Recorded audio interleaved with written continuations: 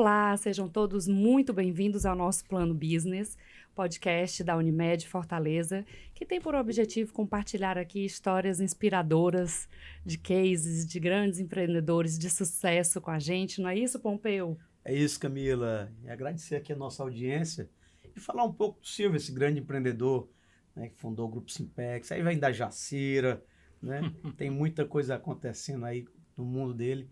Agora só quer saber de shopping center. Construção deixou pro pro Vitor tocar. E agora é curtir ser avô. Silvio, como é ser avô tão jovem, esse empreendedor, esse homem que ama a arte, ama a fotografia especialmente, fundou o Museu da Fotografia. É tanta coisa que você já fez, eu não sei nem por onde começar. Para mim é primeiro um prazer estar aqui com vocês. Obrigado pelo convite de estar aqui com vocês, falar um pouco sobre esse lado nosso, né, de artes, de empresário e tudo. Estou à disposição de vocês.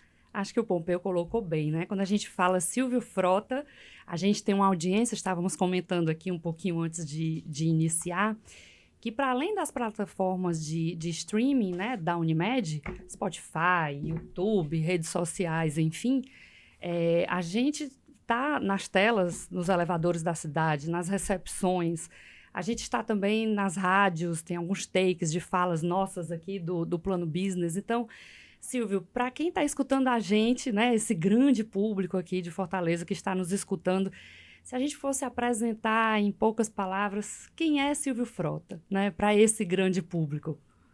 Eu sou um empresário, já tive muitos negócios. Hoje nós estamos com investimento em construção civil, que a gente está diminuindo um pouco, porque as pessoas confundem muito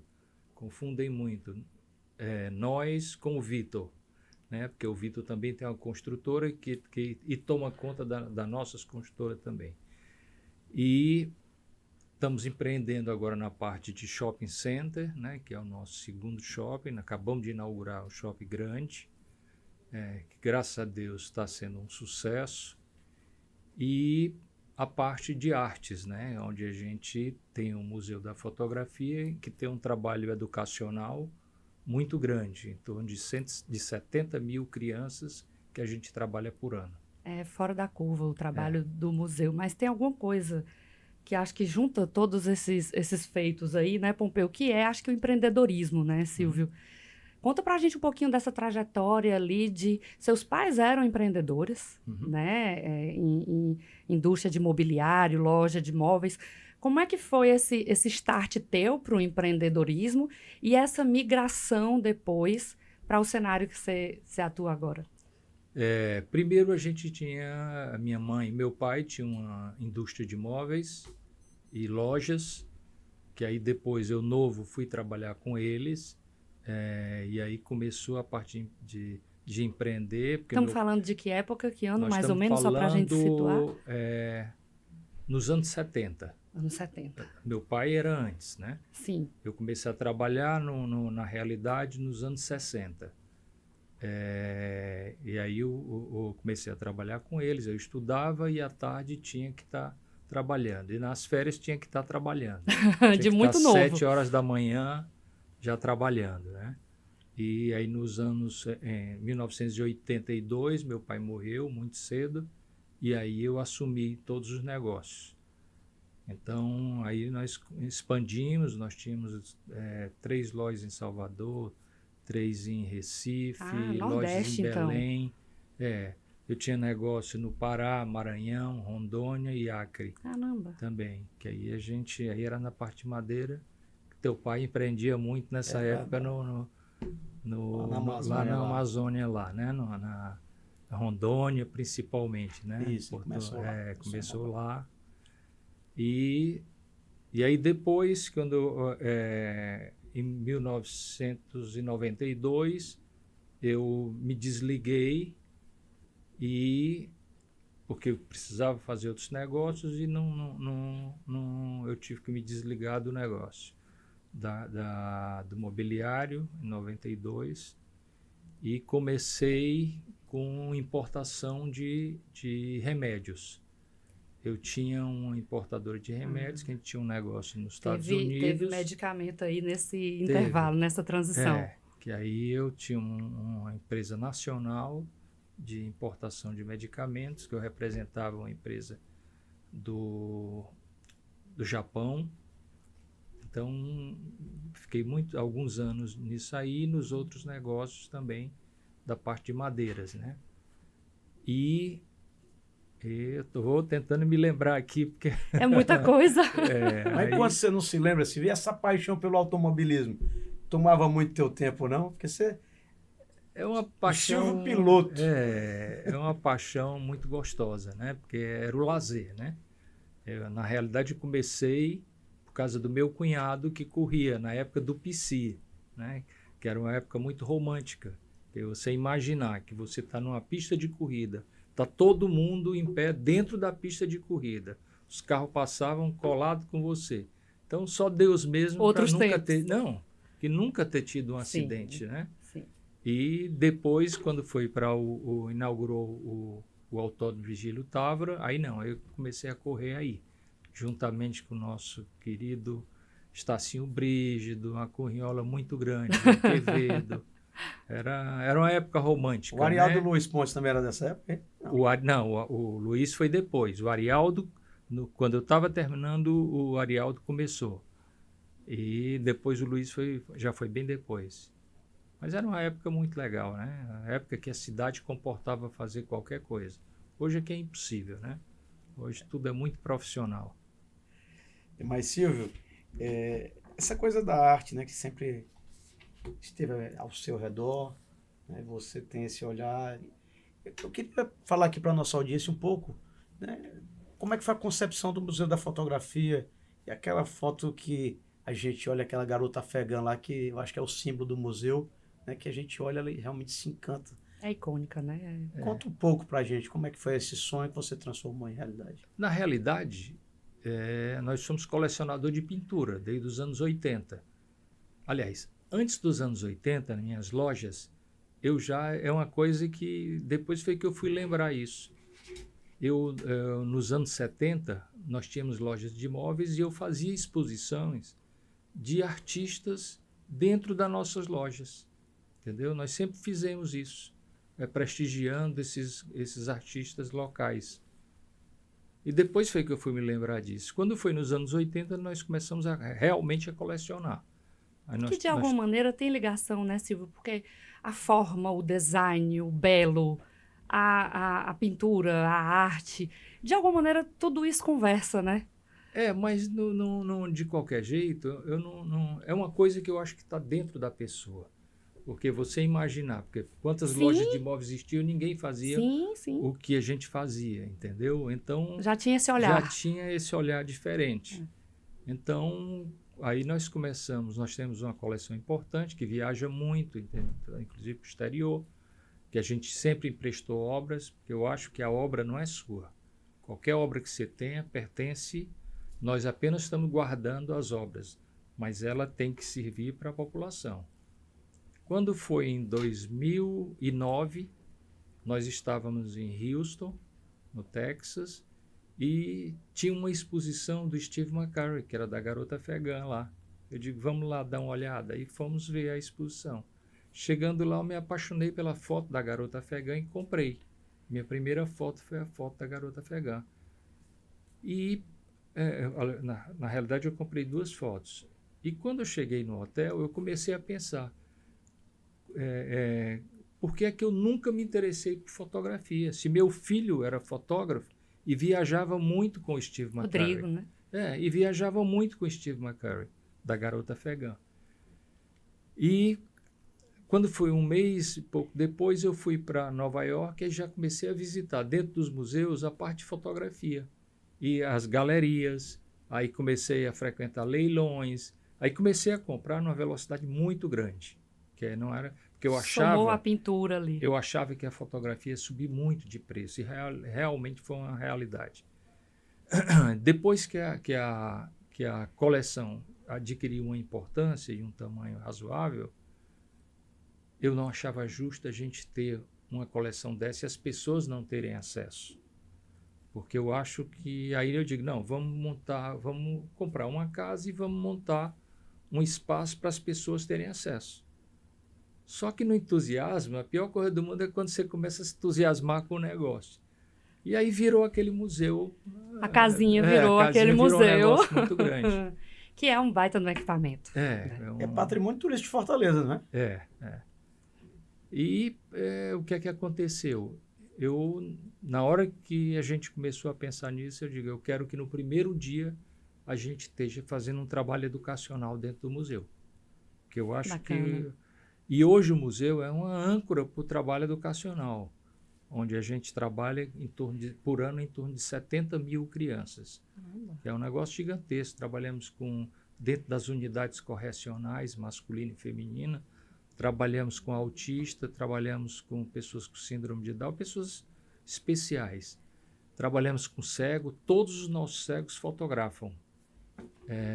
Nós trabalhamos nós atendemos 49 escolas, trabalhamos com 2 de manhã e 2 da tarde. Nós trabalhamos dentro dos hospitais.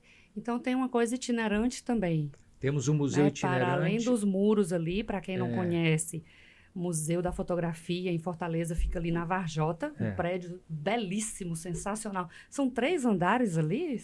2, 3? São 5 andares. De exposição é que são 3. Ah, então era isso que eu tinha em mente, porque eu lembro que eu fui uma vez até para um rooftop. Pronto. E lá tem um auditório e o rooftop, onde tem recepção. Sensacional, sensacional. Então, tem para além ali da unidade em si do museu, que é aberta à visitação, tudo né? É gratuito no museu. museu. As pessoas podem ir lá, tudo é gratuito, assim.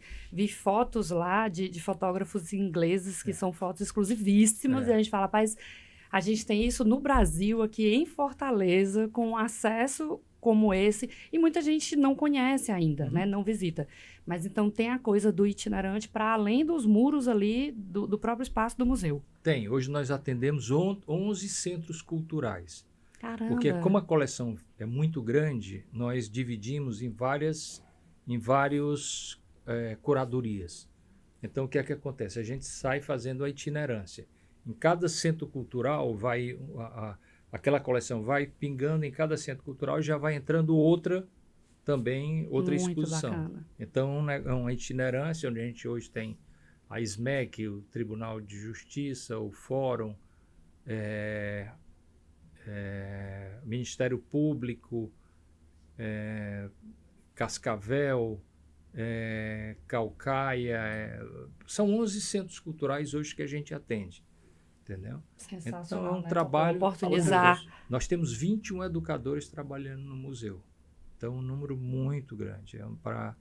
E tudo é gratuito, né? Esse é o principal. Hoje nós estamos atendendo 10 cidades do interior do Ceará, onde a gente manda nós trazemos os professores para Fortaleza, ensinamos a nossa metodologia de trabalho, depois bacana. A nossa equipe vai implantar dentro dessas cidades do interior. Talvez crianças, adolescentes que nunca teriam essa oportunidade, né? Isso é que você vê. Eu vou lhe dar um dado que é muito interessante. Nós trabalhamos dentro das unidades correcionais. No fim do ano tem a entrega dos certificados dele. E aí eu estava lá no auditório, o diretor das unidades pediram para me subir no palco junto com eles para entregar os certificados. Aí ele virou para mim e disse, Silvio, eu não sei se você sabe, que muitas crianças, depois que saíram das unidades correcionais, voltaram para o museu para abraçar os monitores e ele visitar o museu, que é um negócio que seria totalmente impensável. Aí você vê que se você dá a oportunidade as pessoas retornam. Entendeu? Exatamente. Aquilo que você falou de compartilhar, né? O que...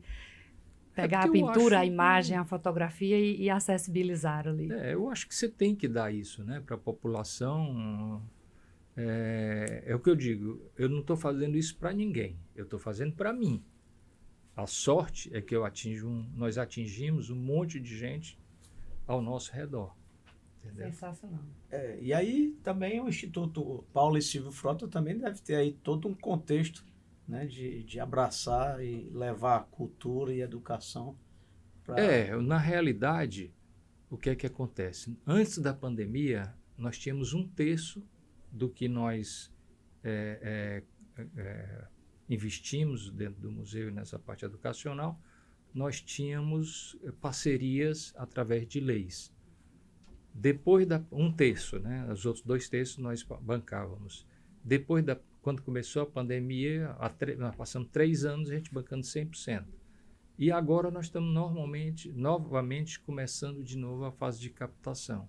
Porque é um negócio muito grande. Você tem uma quantidade de funcionários um equipamento tudo. pesado. Quando o nosso pessoal vai trabalhar nas escolas públicas, nós só trabalhamos com escolas carentes.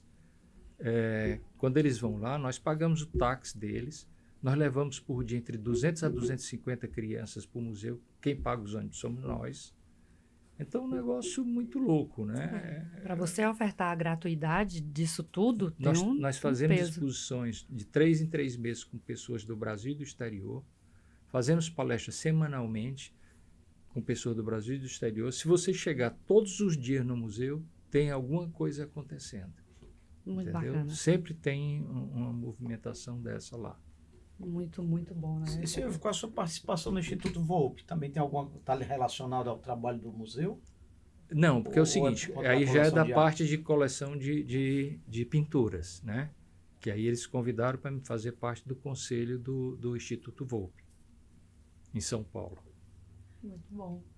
E, Camila, outra coisa que eu fico curioso, como a arte, olha, possível eu vejo arte, né? Esse olhar dele apurado, essa tranquilidade dele, mas sabe exatamente o que quer. E quando ele começou a desacelerar um pouco a Simpex, para o Vitor assumir as coisas. E ele criou uma empresa chamada Das Arte. Né? E você vê que todos os projetos da Das Arte são muito conceituais. Tem arte, você vê arte em cada detalhe. Os rooftops, como você falou, também uma área que eles apostam muito. E as gentilezas urbanas, né, Silvio? Antes do terreno começar a obra, vocês sempre dão uma gentileza urbana para a cidade. Fala um pouquinho. Aliás, a Casa Cor vai ser no terreno. É da Simpex, é das Artes, agora eu nem sei, das duas. Explica para a gente um pouquinho dessa transição, que inclusive as pessoas confundem. O que é que acontece? O Vitor, um dia, eu nunca chamei nenhum filho para trabalhar comigo, porque eu acho que herança é uma coisa que, de negócio, eu não acho correto o pai trabalhar e depois chegar, quando ele morre, o filho herda um negócio que não tem a menor vocação para aquele tipo de coisa e tem que herdar. Ou então obrigar um filho a trabalhar num negócio que ele não gosta. Há um belo dia, o Vitor chega para mim: papai, eu quero trabalhar com o senhor. Eu digo: tudo bem. Aí ele veio trabalhar, começou de baixo, foi crescendo. Quando ele chegou começou a encorpar, o pescoço ficou mais grosso, aí eu digo: não dá para ter 2 donos dentro do negócio. Porque normalmente o pai quer mandar de qualquer jeito. Não, eu me afastei e deixei, porque eu quero ver se ele tem capacidade enquanto eu estou vivo, né? Então aí ele começou a empreender. Boa estratégia. Claro, você tem que ver se ele tem capacidade. Porque é um negócio de família. E com você lá do lado podendo, claro, né, orientar, suportar ali. E ele tem uma coisa muito boa, porque ele nunca fez um negócio que ele não chegasse para mim e me perguntasse. Eu também nunca perguntei para ele o que é que ele estava fazendo, o que é que ele iria fazer, e nunca critiquei, entendeu? Ele vinha porque ele queria realmente uma orientação de uma pessoa mais experiente. Então, sempre ele muito vinha na minha essa sala. Construção. É uma construção de confiança. Sim, né? E admiração, né? Porque de respeito também, né? Ele começou a fazer isso e o negócio começou a crescer muito. Depois ele resolveu montar como era um negócio de família, ele resolveu montar uma para ele, uma construtora, que aí ele construía para a gente, porque na realidade nós começamos como construtora, depois viramos incorporadora. E ele montou uma construtora para construir para a gente. E aí a coisa foi crescendo, o negócio dele também. E eu nunca disse nada, né? Porque eu acho que cada um faz os seus negócios. Não? E aí chegou há pouco tempo, eu comecei a desacelerar a parte de construção, porque ele mesmo pediu para a gente desacelerar, porque a construção civil é um negócio que é muito sofrido no Brasil, né? Tirando o Rio São Paulo, que aí é uma coisa, não é nem Rio São Paulo, São Paulo, que aí o departamento aí é outra coisa, né? Então, mas a maioria, por exemplo, aqui em Fortaleza é um negócio muito triste, né? Se você for imaginar que a gente constrói toda a construção civil no anual no estado do Ceará gira em torno de 4 bilhões. E só uma MRV fatura 5 bilhões. Então você vê como nós vivemos numa área muito pobre, né? Numa região muito pobre. É uma coisa. E aí ele resolveu montar uma dele e começou a crescer. E aí eu fui desacelerando. Aí nós montamos o primeiro shopping, que era o Gran Shopping, Messejana. Que 2016 aí, mais ou menos. 17. 16 ou 17, agora por ali. 2016. E aí eu comecei, aí ele, como ele estava começando também no shopping, já começou a aprender e foi começando a se interessar por shopping também. O Rodrigo já não queria, o Rodrigo queria ter os negócios dele. São Vitor, Rodrigo e Tomás. Na realidade, nenhum deles nunca quis trabalhar no grupo, né? Eles nunca quiseram, cada um queria ter seus negócios. E então ele começou a se interessar por shopping, tudo, foi se interessando, eu mesma coisa, eu fui me afastando, deixando ele, mas como eu adoro shopping, já de muitos e muitos anos, eu vou praticamente 2, 3 vezes e visito todos os shoppings quinzenalmente. Eu vou a todos os shoppings visitando para conhecer, né? Porque eu gosto. Comportamento, lojas novas, fluxo, como é que tá, essas coisas todas. Tudo isso. Então, e foi quando depois surgiu o shopping, um terreno do Fernando Cirino, que é nosso parceiro, e nós começamos a conversar para a gente ver o que é que montava lá. E aí nós compramos o terreno do Fernando, foi uma coisa, o terreno era dele, e tinha uma parte que era da Normatel, que ele tinha vendido. E aí ele chegou e disse, não, Silvio, deixa que eu recompro, e aí a gente coloca essa participação dele dentro da parte dele do terreno, os 60% nosso nós pagamos, e aí o Bombinha e o Cláudio Brasil chegaram e disseram, não, nós não queremos o dinheiro, nós queremos entrar no negócio. A gente quer estar junto. Aí hoje nós temos essa parceria, porque eu acho que parceria de negócio é família. Você tem que ter uma afinidade muito grande. Eu tenho amizade com o Fernando de novo, e com a família dele também, e tudo, com o Cláudio também, e o Bombinha. Você tem que ter uma afinidade muito grande para estar dentro de uma sociedade. Graças a Deus nós acertamos. E aí nós montamos esse shopping, e o Vitor aí já entrou para montar o negócio. Construiu com a construtora já dele, que era a construtora, que é a das artes, e começou a administrar o shopping, como ele já estava administrando o outro, entendeu? Então, hoje o Vitor é quem dirige a parte shopping, o Rodrigo tem os negócios dele, que é a Metalix, a Astor e o Colosso. E ele é o nosso representante dentro do grupo. No conselho. No conselho do grupo. Sim. E então é isso. Agora nós estamos... E Silvio, como foi estar ali no Gran Shopping Messejana, né? Aquele lado da cidade. Mas quando é que deu esse estalo de, rapaz, tem um espaço ali no Eusébio e esse negócio está expandindo? E como é que foi isso do primeiro start até os estudos e dizer e bater martelo e vamos para lá? Nós sempre, há muitos anos atrás, eu acho que o Fernando nem lembra, ele um dia me perguntou o que é que eu achava daquele terreno. Só que ele não tinha feito o Jardim Bis ainda, era um terreno de 40 hectares.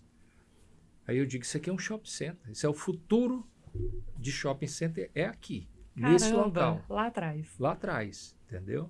Porque eu construía muito lá no Eusébio. Nós construíamos muitos, vários condomínios de lá. Então já vem daí. Gente. Não, já. Então, aí você vê o que é a coincidência. Anos depois, até o João Carlos Paz Mendonça chegou há poucos dias, ele foi visitar lá o Grand Shopping, ligou para a gente, entendeu? Ele e o Fernando fomos lá e ele disse, há 15 anos atrás eu desci de helicóptero aqui com o Fernando para ver aqui, para montar. O Fernando queria que eu Olha montasse aí. um shopping aqui. E eu não quis, fui montar lá no Kennedy. Tem o Kennedy. No Kennedy. E o Papipu. Lá no Kennedy. E ainda bem, né? Senão, Quando você tem que tinha ser, perdido né, esse terreno bom. quando tem que ser. Aliás, está convergindo tudo ali para aquela área da cidade, né? Eu vou lhe dar uns dados que é interessante, que aí você vai sentir a pujança daquela área. Shopping center você vai sofrer no começo, aí não tem bom, é do negócio. Você tem É de uma 3 a maturação, 5, você tem de 3 a Ciclo 5 de anos. vida ali dele, né? Você tem 3 a 5 anos que você sofre. Isso aí não tem a menor dúvida.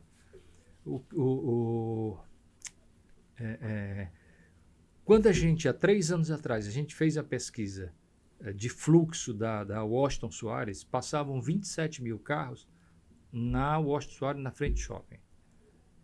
Esse janeiro agora nós repetimos a pesquisa, que é uma pesquisa do governo federal.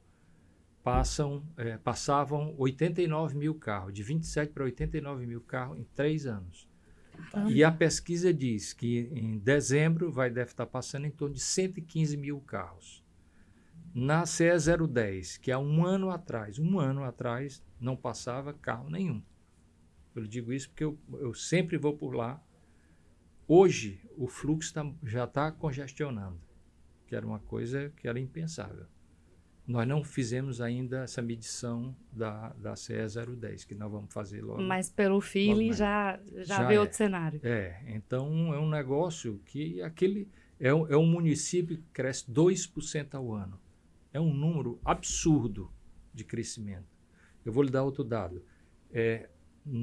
A 10 minutos do Terrazo, a 10 minutos, você tem 250 mil habitantes, classe A e B. Eu não conheço em Fortaleza, poucas áreas em Fortaleza que tem uma densidade de A e B de 250 qualificada mil. dessa forma, sim. É muito difícil. E a 15 minutos do shopping são 810 mil habitantes. É um número... Então a questão Muito aí bom. é só a questão da maturação. Que não tem jeito. Se a gente pudesse... É do jogo, né? É do jogo, isso aí é. Imagino. Caramba, assim, é diferente para quem está acompanhando, né, o crescimento, a expansão, essa grande fortaleza, né? Uhum. A gente fica numa bolha, num 4, 6 bairros, tinha um estudo desse, mas de fato o Eusébio ganhou uma robustez que justifica um shopping como o Terrazo lá, né? Com certeza. O próprio Beach Park está fazendo um parque a 10 minutos do shopping, entendeu? Está fazendo na própria CE 040. Ele está fazendo um parque grande, já está pronto já. Inclusive, eles não fizeram inaugurar ainda, que é perto da Terra Brasília, dos loteamentos da Terra Brasília, um pouquinho mais na frente, depois do Eusébio, que é lindo, tá? A coisa mais linda lá. O pessoal que sabe o que faz, né? Não estaria lá se não...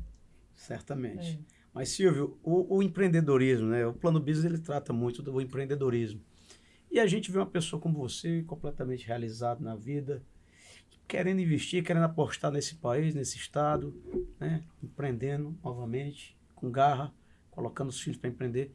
Qual é a dica que você deixa para quem está começando? Para quem está saindo agora dos bancos escolares, da faculdade, e quer abraçar uma profissão?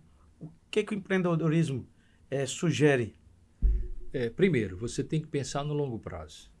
Se você for pensar no curto prazo, o problema é que a juventude tem esse defeito, né? Que você quer... Tudo tem que ser no curto prazo. Se não deu certo, você fecha o negócio.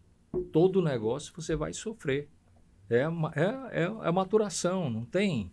Então, pense num negócio pequeno e que vá crescendo organicamente. É óbvio que quando você começa a crescer, os pulos são grandes. Quando você começa a ganhar um valor, você normalmente vai dobrando quando o seu negócio, até que chega num ponto que aí os passos são muito maiores, né? E sólidos, porque você pegou de pequeno, né? Você aprendeu a fazer seu negócio. O problema é que todo mundo quer ficar rico de um dia para outro. Não existe isso. Se pudesse, era muito bom, né? Quem souber a receita, compartilha, né? Claro, não é fácil. Você tem que sofrer, não tem... faz parte do jogo. E isso é que é o gostoso, né?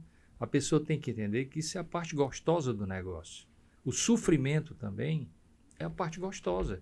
Eu brinco sempre, eu digo, olha, quando eu estou com algum tempo sem ter uma crise de alguma coisa, eu já me preparo. Também quando o negócio está ruim durante um tempo, eu digo, já ele vira. Entendeu? Então faz parte do negócio. Tem que ter paciência. É resiliência e paciência. E muito trabalho. Sem muito trabalho, não tem ninguém que ganhe dinheiro. Curioso isso aí que você falou. Minha mãe tem um negócio que é não tem mal nem bem que dura a vida toda. Nada. Se estiver ruim, vai virar. Se estiver bom, se prepare também, porque não fica bom para o resto da vida, não.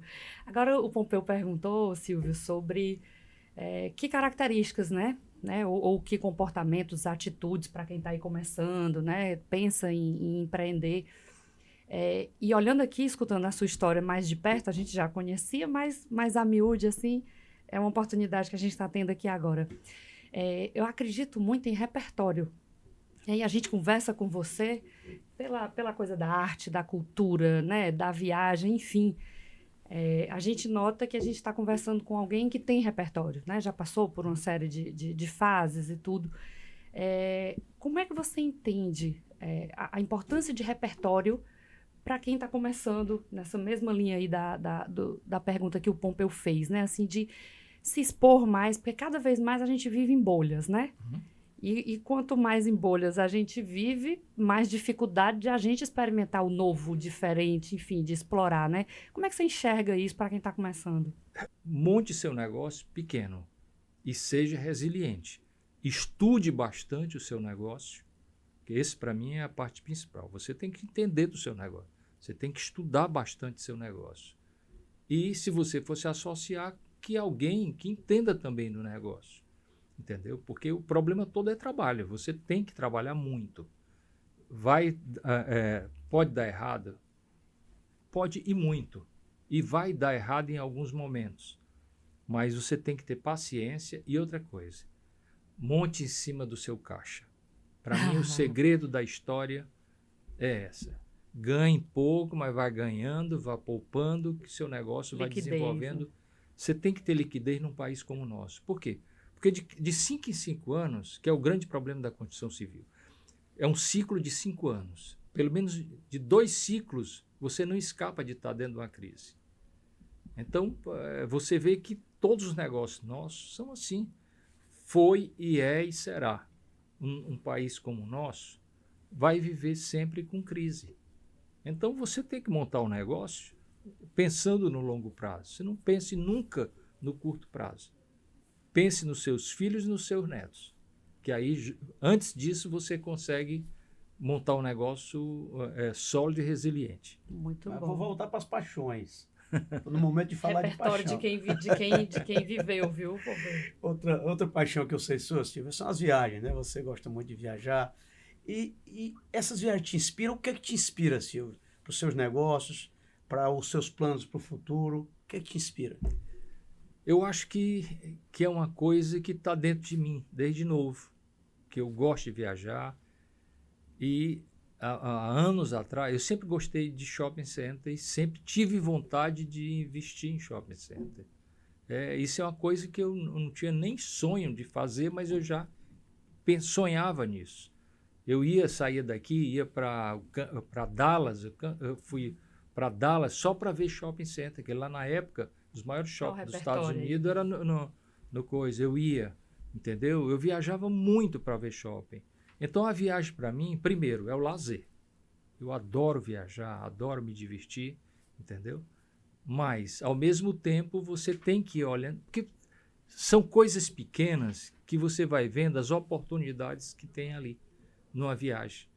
Quando eu estou viajando, eu sempre gosto de olhar negócios novos, o que é que estão fazendo, que eu poderia colocar dentro dos meus negócios, na parte de arquitetura, de design, que é uma coisa que é importante para o seu negócio sempre. Esse porque olhar todo negócio, claro, né? todo negócio seja qual for, você tem design nele. Você tem tipo de negociação. Eu entro dentro do shopping, não é só para ver shopping center. Eu gosto das lojas. Porque como eu tinha lojas, eu ia para poder ver o que é que eu poderia fazer. Entendeu? Como negócio e como eu poderia colocar o que tem naquela loja dentro dos meus negócios. Tudo vai virando repertório, né? De alguma maneira está tudo interligado ali, essas várias frentes aí que você já abraçou ao longo da carreira, ao longo da vida, né? É porque aqui a gente está falando só em coisa boa. Porque eu não vou falar das coisas, como você disse naquela hora. Eu estou falando o que é o lado bom. Porque se eu fosse falar de tristeza, os lados ruins, eu tive os repertórios ruins também, muitos durante a vida. Então, nós estamos falando da parte boa. Né? Porque aqui não é um programa para estar falando de coisa ruim, né? É verdade. Mas, Silvio, dentro dessas suas viagens, sei que você gosta muito do Marrocos. E aquele povo, ele é um exímio negociador, né? E você falou do seu aprendizado das viagens. Eu também passei por uma experiência dessa no Egito, de negociação com esse pessoal. Como é que... É muito estranho para mim, pelo menos, aquela negociação que você não sabe o preço, o cara vai dizendo o preço. Como é lá no Marrocos? Como isso te inspira nos teus negócios também, essas negociações que você vê lá fora? Meus filhos ficam com raiva de mim quando eu estou negociando alguma coisa, entendeu? Eles saem de perto, eles dizem, papai, não quero nem chegar perto do senhor numa hora dessa. Porque você se inspira nesse tipo... Porque eu aprendi com meu pai desde pequeno, entendeu? A negociar, a fazer todo tipo de negociação. Então, e quanto mais você vê isso, mais você... É uma arte, né? É uma brincadeira. Você tem que levar a negociação como uma brincadeira, entendeu? Você tem que levar pelo prazer da negociação. Se você chegar na China ou no próprio Marrocos e você chegar e pagar, o cara tem $10, e você pagar os $10, o cara vai ficar muito chateado, entendeu? Por quê? Porque não é dele, aquilo ali é uma afronta, entendeu? Ele gosta daquela batalha do... Não quero, tal, vai embora. Aí quando você vai saindo, ele chama de novo. Tudo é uma negociação. Entendeu? Então, um negócio que é o gostoso da vida dos negócios é justamente isso. Você tem que gostar do que você está fazendo. Se você montar um negócio e você não gostar do negócio, nem monte, porque não vai dar certo. Mas, Silvio, Camila, você me permita, mas agora chegou numa área, uma curiosidade que eu acho que todo mundo tem, mas quando você vai comprar uma xícara, um vaso, um carro, que é uma coisa mais ou menos, uma commodity, é muito fácil essa negociação. Sim. Quando você vai comprar arte, como é? Você tem que aprender, não dá para ensinar. Não dá para ensinar por quê? Porque é como qualquer coisa. Primeiro, você tem a paixão, você tem que conhecer, você tem que estudar. Minha paixão por fotografia foi estudando, foi lendo, foi pesquisando. Não é você chegar, como muitos colecionadores no mundo inteiro, compra por causa de vaidade de ter aquilo lá como sem às vezes nem capturar nada, o que é que está... Não entende daquilo, né? Eu conheço, eu gosto, eu pesquiso, eu estudo, eu converso. A riqueza está aí. É como qualquer negócio, a arte é desse jeito. Então, eu tenho meus parâmetros. Quando eu começo, meus filhos às vezes perguntam, papai, como é que tu negocia esse negócio? Eu digo, eu tenho um valor, primeiro que eu conheço os valores das obras. Segundo, eu fixo um patamar. Eu uma vez tinha uma obra que eu passei 3 anos para comprar. É óbvio que eu dei sorte, por quê? Porque o cara não conseguiu vender. Eu chegava para ele, chegou na primeira vez, uma obra que eu queria muito. Aí ele chegou, eu digo, quanto é? Quanto é? Aí ele chegou e disse, é X. Aí eu digo, eu pago X. Ele, não dá e tal, não dá. Pronto. Fui embora. Todas as vezes que eu ia a São Paulo, quando eu chegava na galeria, eu sentava, a primeira coisa que ele faria, pegava esse quadro e botava na minha frente. Pá! E eu ficava olhando. Ele disse, e aí? Eu digo, eu já lhe disse. Se você tivesse me vendido e aplicado, já tinha coisa. Tirado a diferença, 3 anos depois eu estava numa feira e a obra ainda estava lá. E é uma obra importantíssima, só que ele queria um preço absurdo. Aí eu cheguei e ele disse, e aí? Eu digo, o preço é o mesmo. Se você tivesse aplicado... Aí ele virou e disse, você paga a comissão? Eu digo, pago. Porque aí tem uma hora que você tem que ceder um pouquinho. Tinha uma mas cartinha não na saindo. mão pra... Aí eu digo, tudo bem. Aí ele comprei. Quando chegou dentro dessa feira, pouco tempo depois, um grande empresário de São Paulo, do Rio, que também tem negócio em São Paulo, que é um cara muito conhecido. A gente estava numa roda de empresários e dentro dessa feira. Aí ele vira para mim e disse, eu posso lhe fazer uma pergunta? Eu digo, pode. Aí ele disse, quanto é que você pagou na obra? Eu digo, X. Ele tomou um susto. Ele disse, como assim? Eu botei muito mais e ele não vendeu. Eu digo, você não teve a paciência de passar 3 anos negociando. Aí você diz, mas como assim?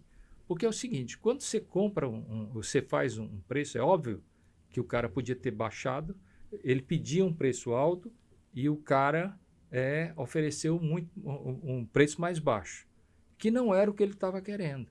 Só que o cara parou ali a negociação, entendeu? E o tempo vai passando e o próprio cara, né, esquece daquele... E eu não. Eu fico alimentando isso todo o tempo, até eu conseguir o que eu queria. Agora, você tem que ter a sorte também. Você tem que estar do seu lado. Do outro lado, ele, né, a eu outra parte digo também sempre, entender dessa forma. Eu, graças a Deus, eu tenho sorte, tenho paciência. E se tiver de ser, na minha mão vai cair. Será? Então, né? Você tem que ter fé. Muito bom. A gente está encaminhando aqui para a nossa reta final da conversa com o Silvio. A gente ficaria aqui 2 horas, viu, Silvio? O pessoal pode subir aí as plaquinhas, 20 minutos, 15, 10. A gente ficaria aqui. Já ia pedir para ele dar uma dica de umas obras de Muito arte. mais. O Pompeu, ele tá querendo consultoria. É diferente, Pompeu. Aí tu marca, tu leva ele pro iate, um sábado, um negócio interessante, assim. O chanceler, uma vez eu estava com o chanceler, eu digo, chanceler, é muito fácil, o senhor pode comprar a obra que o senhor quiser. Agora a gente está começando, deu uma dica, disse, rapaz, compre o que agrada o seu olhar. Eu achei muito interessante isso. Eu disse isso essa semana pro meu filho. Ele chegou, papai, o que é que eu compro? Porque as coisas estão muito caras, as obras e tudo. Eu digo, meu filho, primeira coisa, na sua idade você tem que comprar uma obra contemporânea. Por quê? Porque você tem tempo da maturação da sua obra. Ó, a dica. Você está entendendo? Você só tem que comprar coisa contemporânea. É óbvio que você vai comprar 10 e erra 9, mas aqui você vai acertar uma, o preço dela paga todos. E só comprar o que você gosta. Por quê? Eu nunca comprei nada que eu não gostasse. Por quê? Porque toda vez que eu passasse na frente, eu ia ficar puto. Porque eu estava... Não tem dúvida. Entendeu? Por isso você deve comprar o que gosta. Quem depende de preço ou alguma coisa.